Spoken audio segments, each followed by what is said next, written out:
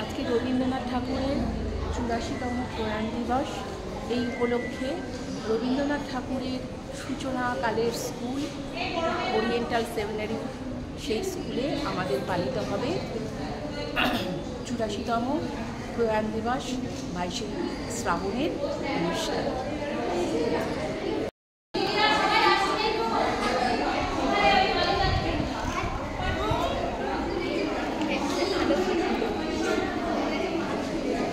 দেখতে থাকুন ২২শে শ্রাবণের ছোট্ট অনুষ্ঠান। আমরা সবাই মালা দিচ্ছি রবীন্দ্রনাথের গলায় ২২শে শ্রাবণ উপলক্ষে।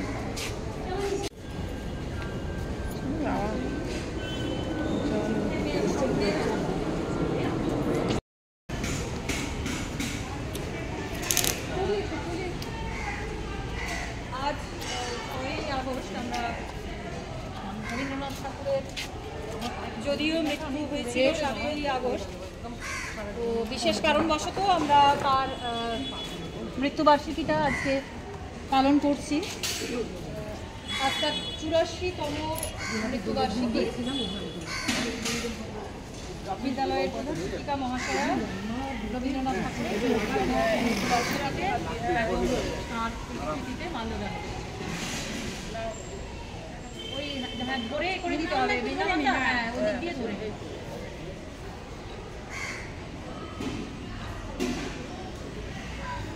সবাই জানো তার যে পরিচিতি কতখানি, বিশেষ করে বাঙালি জাতির কাছে।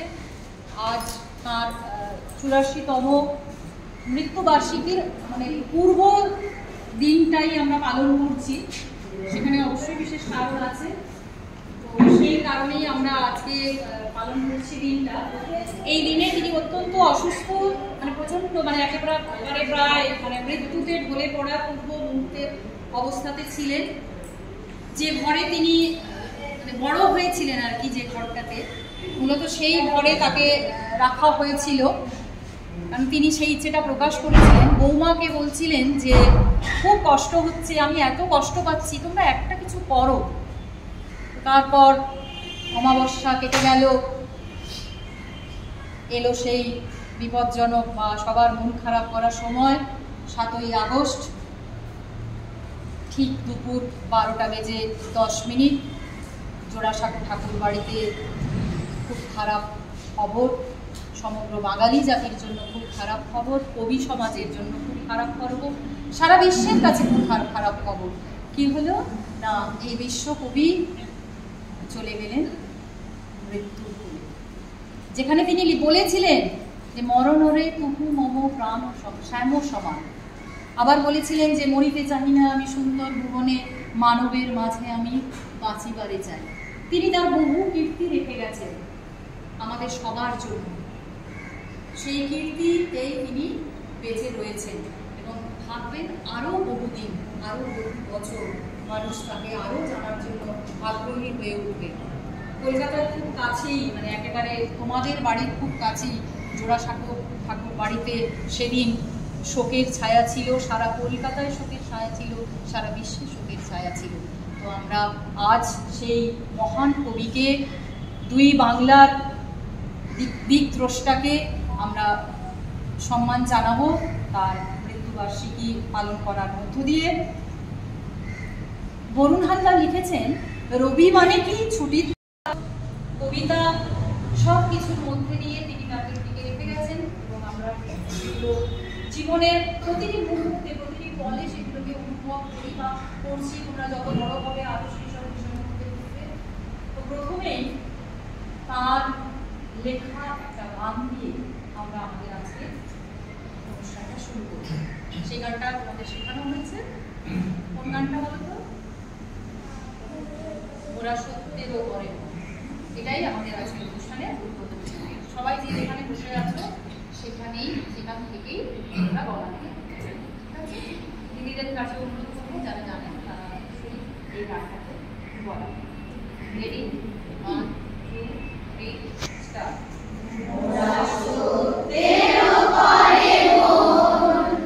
আজি করিব সমর্পণ, জয় জয় সত্যের জয়।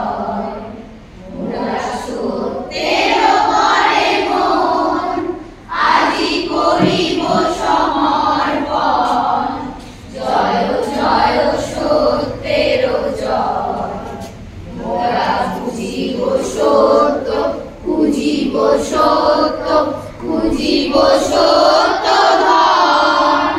জয় জয় সত্যের জয়, মোরা সত্যের পরে মন আজি করিব সমর্পণ। জয় জয় সত্যের জয়। যদি দুঃখে দলিতে হয় তবু মিথ্যা চিন্তা নয়। যদি দরিদ্র ভবিতে হয় তবু মিথ্যা কর্ম নয়। যদি দণ্ড সহিতে হয় তবু মিথ্যা বাক্য নয়। জয় জয় সত্যের জয়, মোরা সত্যের পরে মন আজি করিব সমর্পণ। জয় জয় সত্যের জয়, জয় জয় সত্যের জয়, জয় জয় সত্যের জয়। এবার আমি মঞ্চ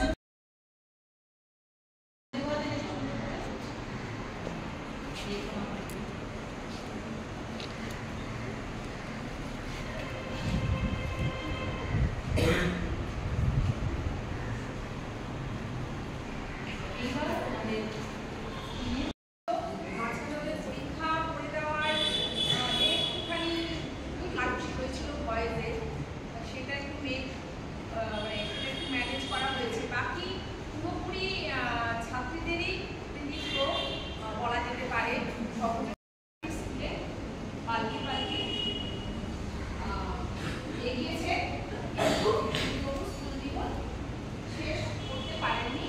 স্কুলের প্রতি, স্কুলের নিয়ম কানুন, ইতিহাস আমরা দূরদর্শনের মাধ্যমে সম্প্রচারিত বিশ্বভারতীর 100 বছর পূর্তি উপলক্ষে 1901 সালে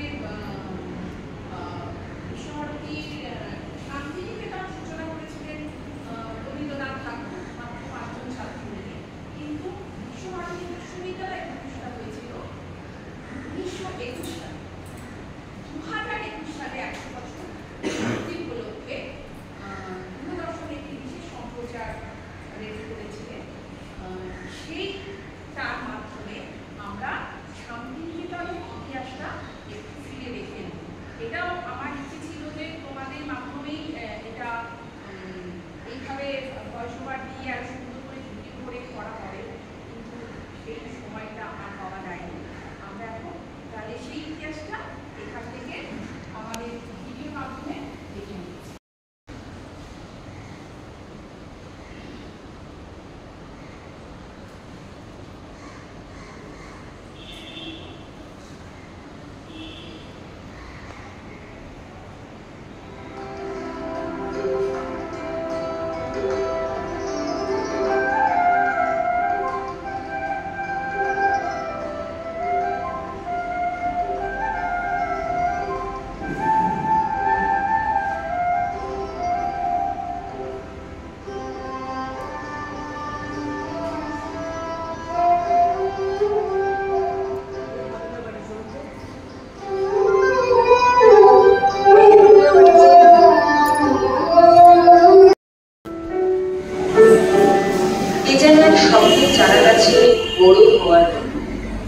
একটি একটি করে পাতার জন্মের মতো ডালপালা মেলেছে তার আদর্শ আর বিশ্বাস।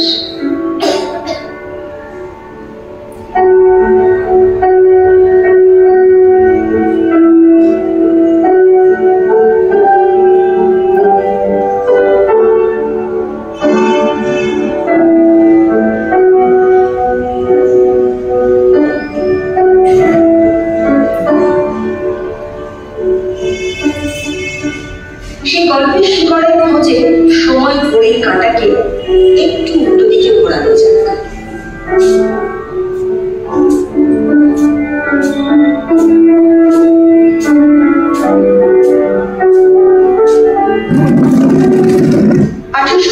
সালের 1 মার্চ রায়পুরের জমিদার ভুবন মোহন সিংহের থেকে বীরভূমে 1 টাকা দিয়ে 20 বিঘা জমি কিনে নেন মহর্ষি দেবেন্দ্রনাথ ঠাকুর।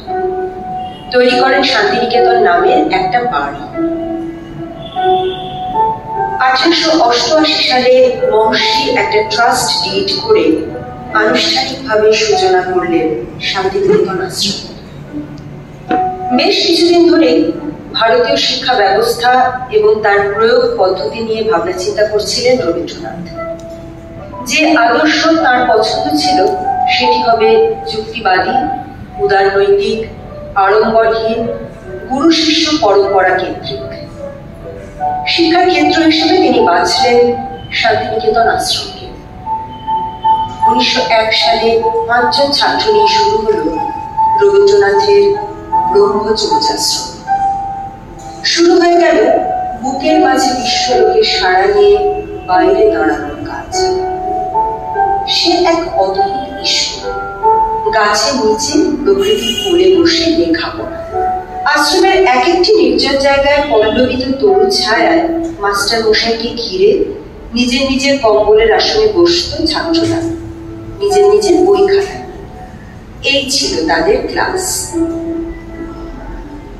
আসলে শান্তিনিকেতনের শিক্ষা ব্যবস্থায় নিয়ম বা অনুশাসনের কড়াকড়ি ছিল না, কিন্তু শালীনতা বা সংযোগ ছিল।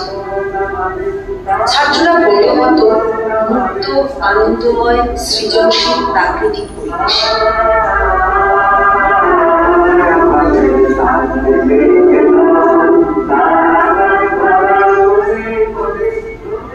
শান্তিনিকেতনের ব্রহ্মচর্যাশ্রম একটা দর্শন। পরিসংখ্যান বা প্রয়োগের মাপকাঠিতে তাকে বাঁধতে পারা সম্ভব উচিত। ব্রহ্মচর্যাশ্রম যেটা রবীন্দ্রনাথ প্রথম এখানে স্থাপন করেছিলেন 1901 সালে, সেই ব্রহ্মচর্যাশ্রম তিনি ছেলেদের দিয়েছিলেন এবং উদারমুক্ত আকাশে, গাছের নিচে দিয়েছিলেন প্রকৃতির কোলে, ছেলেদের দিয়েছিলেন মুক্তি। এবং সেই বিদ্যালয় ধীরে ধীরে তখন শান্তিনিকেতনের এই বীরভূমের সীমানা ছেড়ে সে আস্তে আস্তে ভারতবর্ষের চতুর্দিকে তার সুনাম ছড়িয়ে পড়ল এবং রবীন্দ্রনাথের আকর্ষণে বিভিন্ন প্রদেশ থেকে বহু মানুষের ছেলে মেয়েরা এখানে এসে পড়াশোনা শুরু করল। বিদ্যালয়ের বয়স যখন 13, অর্থাৎ 1913 সালে নোবেল পুরস্কার পেলেন রবীন্দ্রনাথ। এরপর যেন বিশ্বের আলো এসে পড়ল বাংলার এক কোণে এই স্কুলের উপর।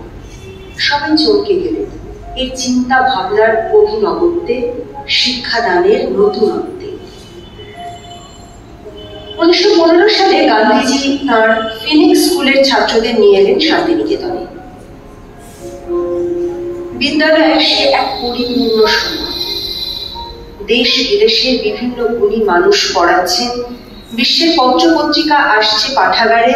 পড়াশোনার পাশাপাশি গান, নাচ, নাটক, সাহিত্য, কলা, খেলাধুলা, সমাজসেবা নিয়ে শান্তিনিকেতন তখন মেধা, বুদ্ধি, হৃদয় বোধে পূর্ণ।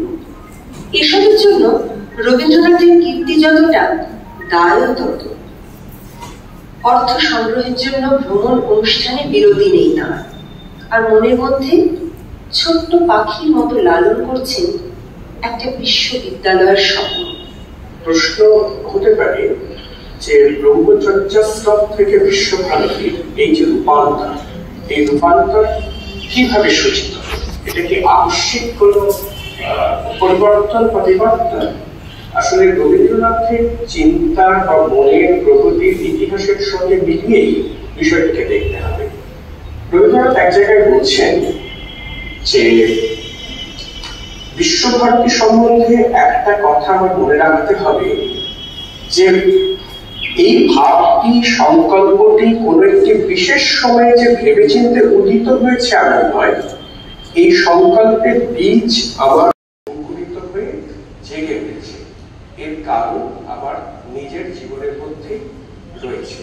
1916 সালে লস অ্যাঞ্জেলেস থেকে তিনি পুত্র রবীন্দ্রনাথকে একটা চিঠি লিখছেন। সেই চিঠিটা বিশ্বভারতীর ইতিহাস খোঁজবার জন্য খুবই গুরুত্বপূর্ণ। তিনি বলছেন, শান্তিনিকেতন বিদ্যালয়কে বিশ্বের সঙ্গে ভারতের যোগের সূত্র করে তুলতে হবে। ওইখানে সর্বজাতিক মনুষ্যত্ব চর্চার কেন্দ্র স্থাপন করতে হবে। সাজাতিক সংকীর্ণতার যুগ শেষ হয়ে আসছে, ভবিষ্যতের জন্য যে বিশ্বজাতিক মহামিলনচক্রের প্রতিষ্ঠা হচ্ছে তার প্রথম আয়োজন ওই বোলপুরের প্রান্তরেই হবে। 1921 সালের 24শে ডিসেম্বর বাংলার 8ই পৌষ প্রতিষ্ঠা হলো বিশ্বভারতীর। স্বপ্নের ছাতিম গাছে জেগে উঠল অনেকগুলো নতুন পাতা। 1918 সালে বিশ্বভারতীর ভিত্তিপ্রস্তর স্থাপন করা হয়েছিল। তারপর ঘরোয়াভাবে বিশ্ববিদ্যালয়ের কাজ শুরু হয়েছিল 1919 সাল থেকে। এবং আজকে 100 বছর হতে চলল। 1921 সালে যখন গুরুদেব এটা প্রতিষ্ঠা করেছিলেন তখন তার কাছে তো সেই উদ্দেশ্য উনি সফল করতে পেরেছিলেন। তার কারণ ওই সময় উনি এমন কিছু সহকর্মী পেয়েছিলেন যারা গুরুদেবের ভাবনা চিন্তার সঙ্গে একভাবে ভাবতে পারতেন। ইংরেজি সাহিত্য, বৌদ্ধ দর্শন, জার্মান, ফরাসি, সংস্কৃত দিয়ে শুরু হয় বিদ্যাচর্চা। রবীন্দ্রনাথের সংকল্প ছিল বিশ্বভারতী যদি প্রতিষ্ঠিত হয় তবে সঙ্গীত ও চিত্রকলা শিক্ষা এর প্রধান অঙ্গ হবে। তাই কলা বিভাগে শুরু হল সঙ্গীত ও কলা চর্চা।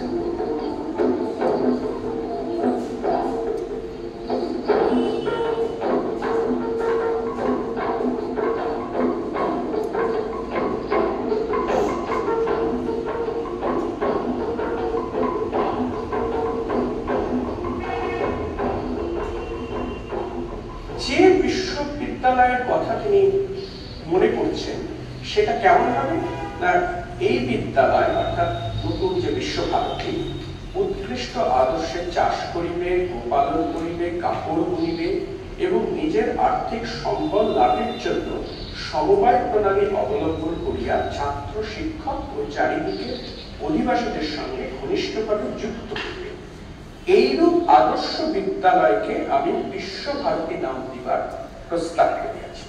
1921 সালে আনুষ্ঠানিকভাবে বিশ্বভারতী প্রতিষ্ঠার কয়েক মাসের মধ্যে একটি দুঃসাহসিক পরীক্ষার কাজ শুরু করলেন রবীন্দ্রনাথ শ্রীনিকেতনে।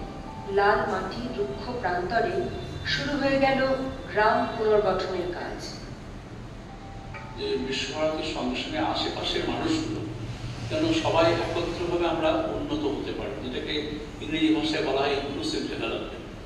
এই ইনক্লুসিভ ডেভেলপমেন্ট করার জন্য গুরুদেব সেই সময় 50টা গ্রাম দত্তক নিয়েছেন। কারণ উনি বিশ্বাস করতেন যে গরিবকে পয়সা দিলে সে 2-4 দিন হয়তো সে ভালোভাবে দিন কাটাবে, কিন্তু তার সারা জীবনের জন্য তাকে একটা যদি স্কিল দেওয়া যায়, সেই স্কিলটা দেওয়ার জন্য উনি 50টা গ্রাম দত্তক নিয়েছেন। এবং আজকে আপনারা শুনে খুশি হবেন, আমাদের সেই 50 থেকে 60টা আমরা গ্রামে পৌঁছেছি। 60টা গ্রামে আমরা স্কিল দিচ্ছি, 60টা গ্রামের ছেলেমেয়েদের পড়াশোনা শেখাচ্ছি।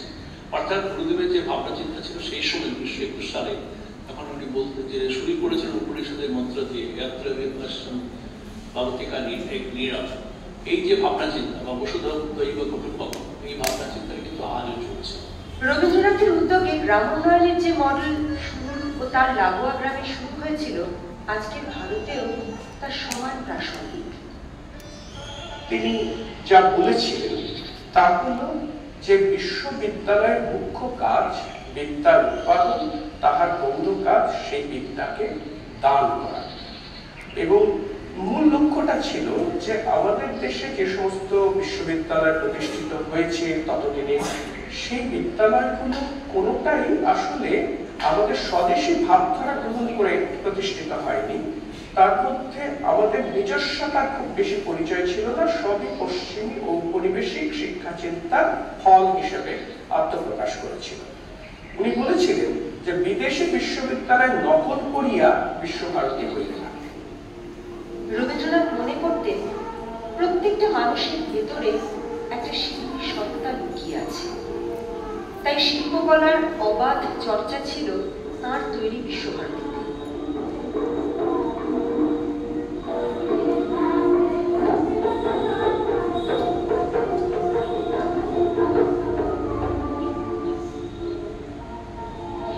গান, নাচ, ছবি আঁকা, ভাস্কর্য, শিল্পের প্রায় প্রতিটা ক্ষেত্রেই কলা ভবন ও সঙ্গীত ভবনের খ্যাতি ভারত ছাড়িয়ে পড়েছিল পৃথিবীর দরবারে।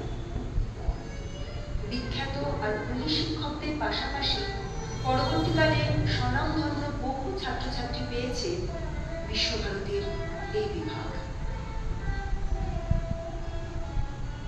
The centre of Indian culture, এটাই ছিল প্রাথমিক উদ্দেশ্য, অর্থাৎ এমন একটা কেন্দ্র হয়ে উঠবে বিশ্বভারতী যেখানে ভারতীয় সংস্কৃতির সম্মিলিত আলোচনা হবে, একটা বিদ্যা সমবায় এখানে গড়ে উঠবে। রবীন্দ্রনাথের শিক্ষা দর্শকে সমস্ত পৃথিবী অত্যন্ত শ্রদ্ধার সঙ্গে পরমিত্র প্রতিষ্ঠা করেছে, অর্থাৎ সমস্ত পৃথিবী প্রাচ্য প্রতীচ্যের মিলন ক্ষেত্র হবে এই শান্তিনিকেতন।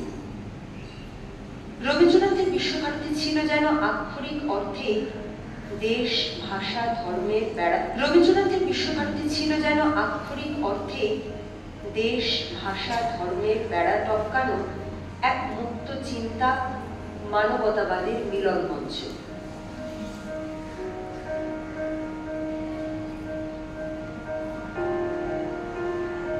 তাই এখানে পৃথিবীর বিভিন্ন প্রান্তের, বিভিন্ন ভাষার, বিভিন্ন ধর্মের মানুষ এক হয়েছিলেন বিশ্বভারতীর আদর্শের টানে।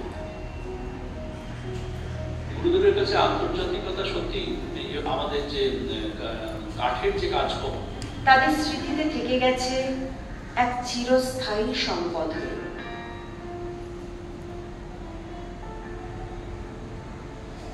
বিশ্বভারতীর বিভিন্ন ভবন একই সঙ্গে চালিয়ে গেছে বিদ্যার চর্চা আর উদ্ভাবন। আর সেই পথ চলায় বিশাল গাছের মতো ছায়া দিয়ে গেছেন স্বয়ং রবীন্দ্রনাথ। আমাদের এশিয়া একই সঙ্গে বিদ্যা অর্জন জীবদ্দশা থেকে করেছিল। প্রথমত একটা জিনিস লক্ষ্য করবার যে এখানে আমরা বলি জ্ঞান কাণ্ড, অর্থাৎ বিশুদ্ধ বিদ্যা চর্চার কেন্দ্র, সেটা যেমন বিদ্যা ভবন তৎকালীন বিদ্যা ভবনে ছিল, ঠিক জিও বিশ্ববিদ্যালয় হিসেবে এই বিশ্ববিদ্যালয় বোধহয় পৃথিবীর মধ্যে এমন একটা বিশ্ববিদ্যালয় যেখানে আদর্শের যে ভিত্তিটা, যেটাকে বলা হয় আইডিওলজিক্যাল ফাউন্ডেশন, যে ফাউন্ডেশনটা আমাদের যিনি প্রতিষ্ঠা প্রাণপুরুষ গুরুদেব রবীন্দ্রনাথ ঠাকুর দিয়ে গেছেন, সেই জিনিসটা কিন্তু আজও চলছে। অতএব এই শতবর্ষে তারই পুনরাবৃত্তি করে আমরা আগে কিভাবে যাব সেটা নতুন করে ভাবনা চিন্তার চেষ্টা চলছে। কর্মীরা যেমন করবেন, প্রাক্তনীরা যেমন করবেন, কিন্তু ছাত্রছাত্রীর একটা বড় অংশ, কারণ বিশ্ববিদ্যালয় চলে ছাত্রছাত্রীদের দ্বারা।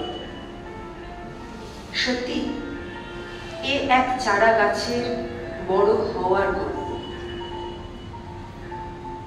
5 জন ছাত্র নিয়ে শুরু হওয়া ব্রহ্মচর্য বিদ্যালয় থেকে বহুমুখী বিদ্যার বিশ্বভারতী। নিজেকে জানা কখনো ফুরায় না সেই আমিনা তলে।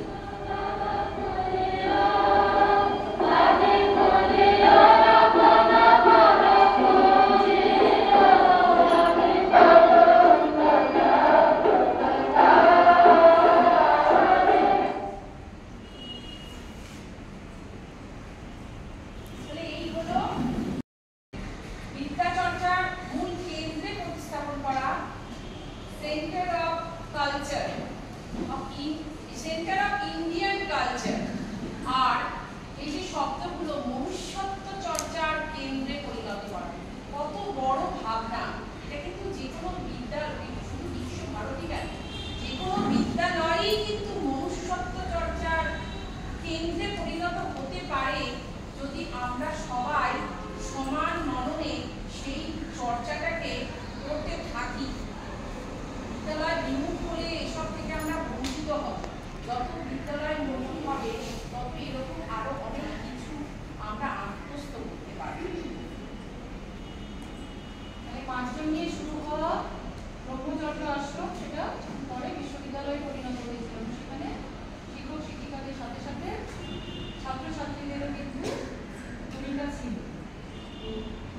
ওনাদের শান্তিনিকেতনে একটা প্রাতিষ্ঠানিক সঙ্গীত আছে, আমাদের শান্তিনিকেতন, আমাদের কয়েকদিন ধরে আমি শিখিয়ে হচ্ছি। সেই শান্তিনিকেতন বিশ্বভারতী বিশ্ববিদ্যালয়ের আঙিনাতে কিছু বছর থাকা একজন মানুষ রয়েছেন আমাদের মধ্যে, সেটা সমগ্র বাংলার, সমগ্র বিশ্বে বিশ্ববিদ্যালয়। তো সেই কারণে সেখানে সারা পৃথিবীর মানুষের আনাগোনা আছে, শিক্ষালাভ আছে, নানা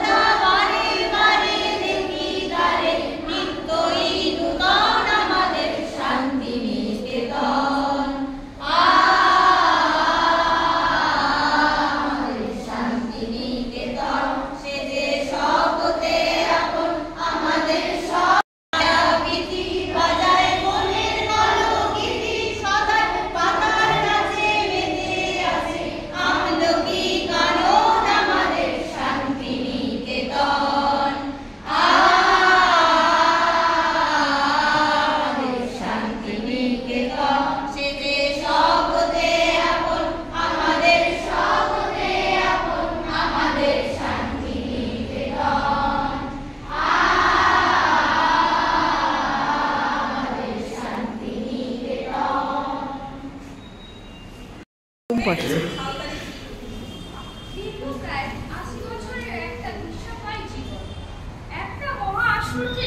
রবীন্দ্রনাথ ঠাকুর আমাদের জন্য রেখে গেছে তার অসাধারণ দীর্ঘ জীবন।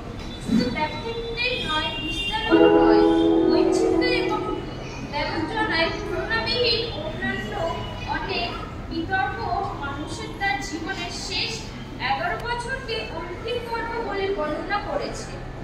এই 11 বছর বলে 1930 সাল থেকে 1941 সাল। 1930 সালে রবীন্দ্রনাথ ঠাকুর একটি সম্মান জগৎ বক্তৃতার জন্য বিলাত যাত্রা করেন। এই বক্তৃতার বিষয় ছিল দ্য রিলিজিয়ন অফ ম্যান। বক্তৃতা দেওয়ার জন্য প্রথমে তিনি ইংল্যান্ডে যান, পরে তিনি জার্মানি ও সুইজারল্যান্ড হয়ে রাশিয়ায় যান। 1931-এ তিনি রাশিয়ার উত্থানে অভিজ্ঞতা নিয়ে প্রকাশিত হলো রাশিয়ার চিঠি।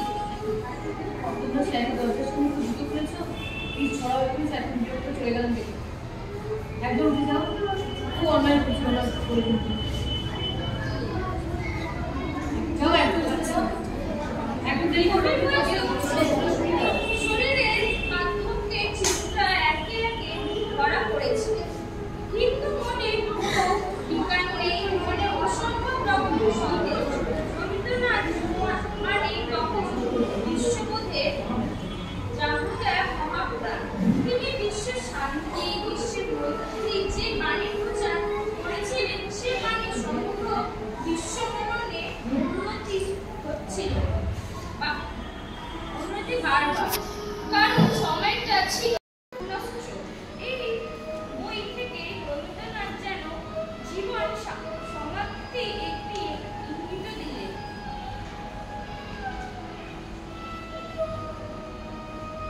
সাল 1937 তারিখ 10ই সেপ্টেম্বর। রবীন্দ্রনাথ দুদিনের মধ্যে সম্পূর্ণ অচৈতন্য অবস্থায় রইলেন। তিনি তখন শান্তিনিকেতন খবর পেতে ছুটে গেলেন। ডক্টর নীলরতন সরকার তার আজীবনের বন্ধু এবং চিকিৎসক। তার চিকিৎসক আবার জীবনে ফিরিয়ে পেলেন তিনি। সেরে উঠে আবার লিখে রোগশয্যা আরম্ভ ইত্যাদি সব সাল 1940 আর তার বিশ্বে যাত্রা ক্ষমতা নেই।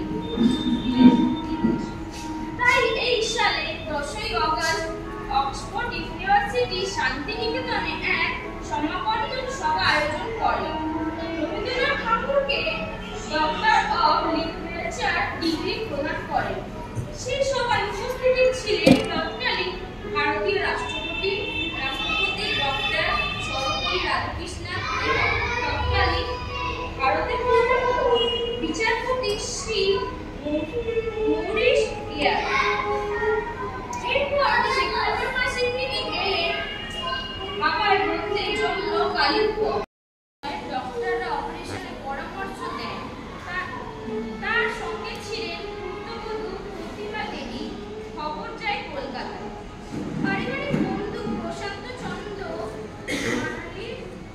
মহানবী তাকে ফিরিয়ে দেয়, আনেন জোড়াসাঁকো।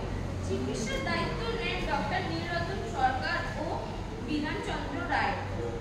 এই যাত্রায় সুস্থ হয়ে উঠলেন তিনি 8ই নভেম্বর। তিনি আবার ফিরে যেতে চাইলেন শান্তিনিকেতন। একটু সুস্থ হয়ে মেতে ওঠেন সৃষ্টির জোয়ারে। মুখে মুখে বলে গেলেন কবিতা, গল্প, গান লিখে দিলেন রানীচন্দ্র। আশ্রমে পালিত রবীন্দ্রনাথ শরীর তখন ভালো নেই। জুন মাসে বোলপুরে রবি ঠাকুরকে দেখতে এলেন ডাক্তার জিতেন দত্ত। তিনি বললেন অপারেশন আর দেরি করা উচিত নয়। 9 জুলাই জ্যোতিষ প্রকাশ সরকার বোঝালেন অপারেশন করলে আর ম্যানি কেটে যাবে। আপনি আপনার মাথার কাজ আরো 10 বছর চালিয়ে যেতে পারবেন। 25শে জুলাই ঠিক হলো রবীন্দ্রনাথ ঠাকুরকে কলকাতায় আনা হবে অপারেশনের জন্য। শান্তিনিকেতনকে ছেড়ে চলে আসলেন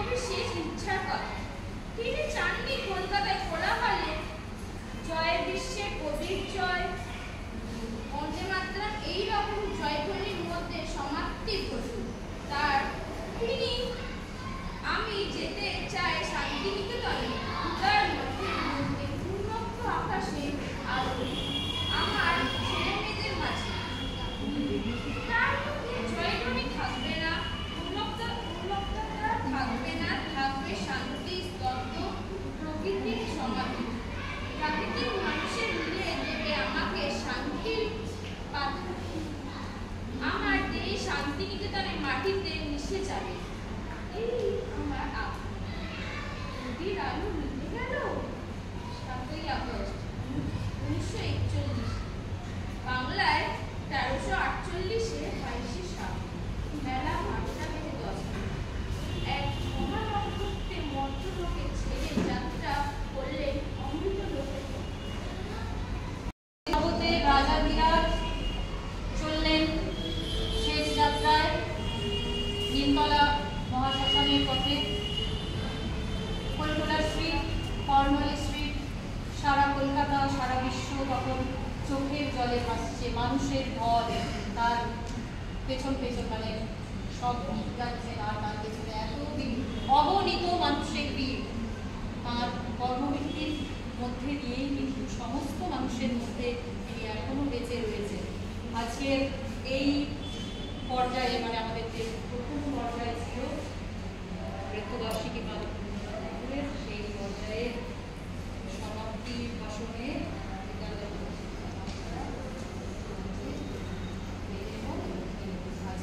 এই পর্যায়ে বক্তব্য অবশ্যই একদম একসাথে ও বাবা চলে আসছে।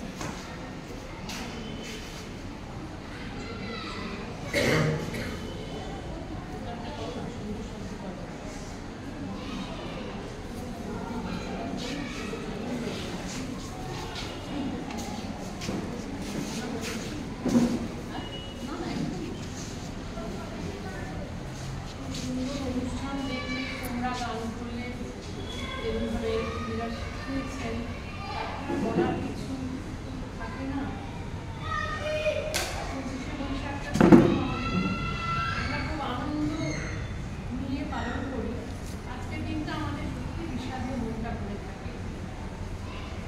এই মহাপ্রয়াণের দিন আমরা স্মরণ করি, আমরা শ্রদ্ধায় অবনত চিত্তে স্মরণ করি আর ভাবি সেই মহামানবের কথা, যিনি শুধু এই সভ্যতা, মানব সভ্যতার বিকাশের জন্য এত কিছু করে গেছেন। তার প্রতিদানে আমরাও কি কিছু করতে পারি না?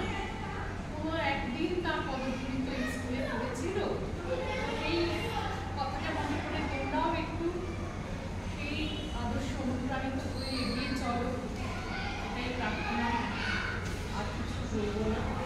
আজকের দিনটা আমাদের সবসময় খুব মন খারাপেরই দিন থাকে। এটা 22শে শ্রাবণের জন্য থাকি।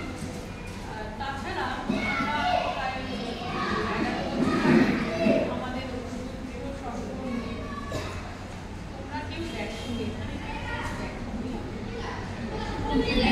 পড়াতেন, বাংলা পড়াতেন, আমরা হারিয়েছিলাম। কর্মরত অবস্থায় কাজ করলে কত বছর পর্যন্ত আমাদের সঙ্গে থাকতেন। তাই খুবই অসুস্থ ছিলেন এবং বছর আগে এই দিনেই চলে আসেন। আমার মনে আছে এই দিনেও একটা অনুষ্ঠান আমাদের হচ্ছিল 22শে শ্রাবণ, আমরা অনুষ্ঠান তখন বন্ধ করে দিতে পারি, তখন একটা ওনার বাড়ি যারা আছেন, ওনার স্বামী, মেয়ে, ছেলে, আমাদের বিদ্যালয়ে ক্লাস 10 এবং 12-এ যারা বাংলায় কিছু কৃতিত্বের স্বাক্ষর রাখতো, কথাটা ছিল অন্তত থেকে 80। যদিও সেই নম্বর তোলা বর্তমান যেরকম নম্বরের সিস্টেম, 80 তোলাটা কোনোরকম কোনো কিছু ব্যাপার নেই, কিন্তু দেখতে তো পাচ্ছ যে কলা বিভাগ থেকে ফার্স্ট হচ্ছে 500-400 মেরানব্বইতে হাই সেকেন্ডারি। ঠিক মতো করে পড়াশোনা করলে স্কুলে এলে এবং যারা যারা তোমাদের ঠিক সঠিকভাবে দিশা দেখাতে চান তাদের পথে চললে অসুবিধা হওয়ার কথা না, কিন্তু সেটা তো তোমরা সঠিকভাবে করো না, যার জন্য নম্বরও তোমরা অনেকটাই পিছিয়ে থাকো। তখন ওনার বাড়ি থেকে যে আমরা অর্থটা পেয়েছি, সেই অর্থটাই আজকে আমরা তুলে দেবো। আমাদের হায়ার সেকেন্ডারিতে 3জন মেয়ে পেয়েছে, তাদের আমরা টাকা সমানভাবে দিয়ে দেবো। তারা হলে চন্দ্রা দাস, মোনালিসা মাইতি, সৌমি মাহাতি। আর মাধ্যমিকে আমাদের নম্বর মেয়েদের মানে বলার মতো নয়, তবু তাদের মধ্যে যে দুজনের নম্বর একটু বেশি তাদের আমরা টাকা দিয়েছি। আলাগুলি রাধিকা দাস, বিপাশা মণ্ডল, আগে বিপাশা মণ্ডল আর রাধিকা দাস। এসব মেয়েরা চলে এসো, এখানে জমাতে নিয়ে এসো।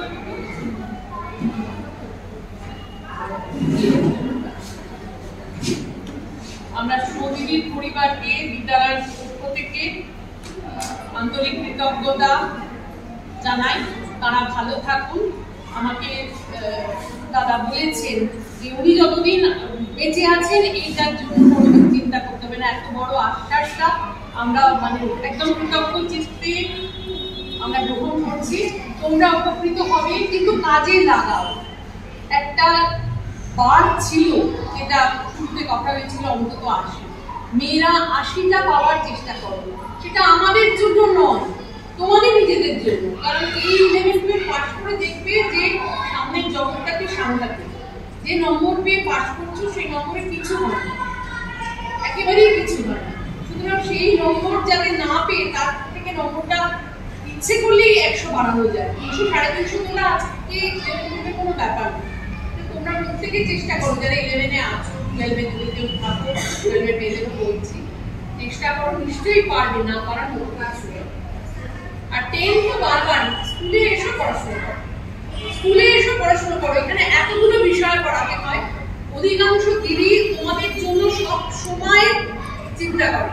তোমরা যদি প্রশ্ন করো, পরীক্ষার আগে ক্লাস করো, বহু দিদি আছেন তারা পড়ান, কিন্তু তোমাদেরই উৎসাহের অভাব। উৎসাহটা তোমরা দেখাও, তোমরা আমাদের থেকে বার করে নাও, আমরা দেওয়ার জন্য একেবারে প্রস্তুত। এসো জবা, এসো।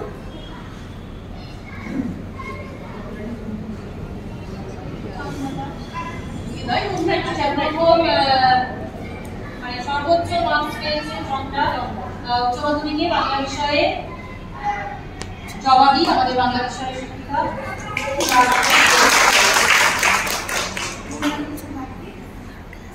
এরপরে দ্বিতীয়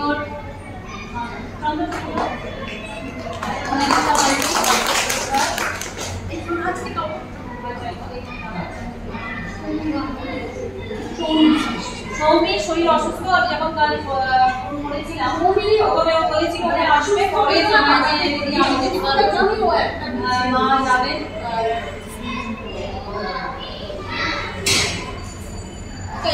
ফটো নিয়ে নেবেন।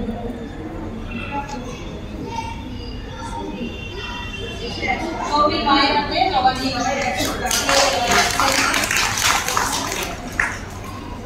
পুরস্কার। তিনজনে চলে এসো আর জবানি একদম সবাই তোমরা চলে এসো। আর মাধ্যমিকে সর্বোচ্চ বাংলায় নম্বর পাওয়ার জন্য পাচ্ছে বিকাশা মণ্ডল। আর্থিক সাহায্য সুমদিদির বাড়ির তরফ থেকে পাচ্ছে। এটা কিন্তু এই পুরস্কারটা পাওয়া কিন্তু যাতে করে পড়াশোনার জন্য, পড়াশোনার কাজে লাগানোর জন্য, ময়লা গাড়ি কেনার জন্য নয়, বা বিয়ে করার জন্য নয়। কিন্তু তোমাদের পড়াশোনার কাজে লাগানো হলে এই অর্থ যে কোনো লার্নিং মেটেরিয়াল, যে কোনো মানে শিক্ষার কাজে যেন লাগে এই অর্থটা। আমাদের মানে বলতে হয় না, খুব বলে দিচ্ছি এই কারণে, কারণ অনেকে অন্যান্য কাজে লাগে, তো সেই কারণে বিপাশা গিয়ে বিপাশা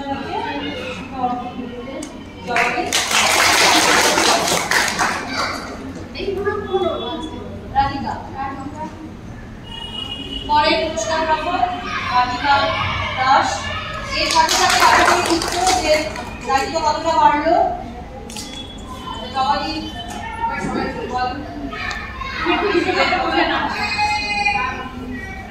পরবর্তী মেয়েদের দেখেছি যে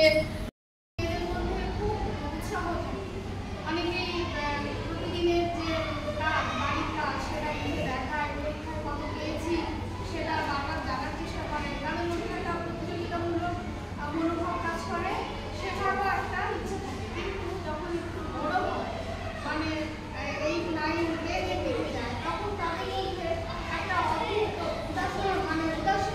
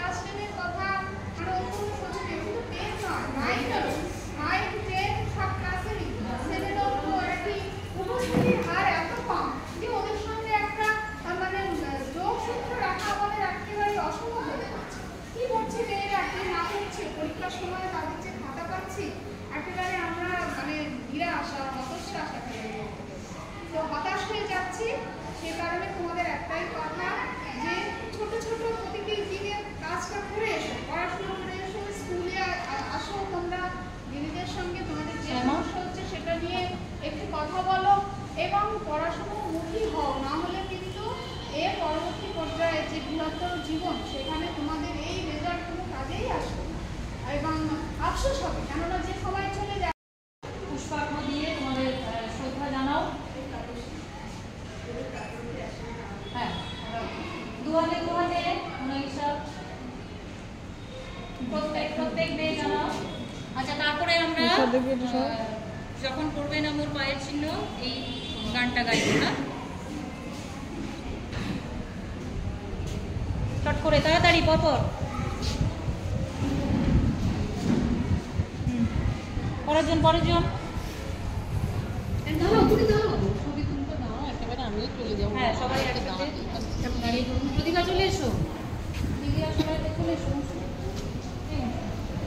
সবাই চলে আচ্ছা তোমরা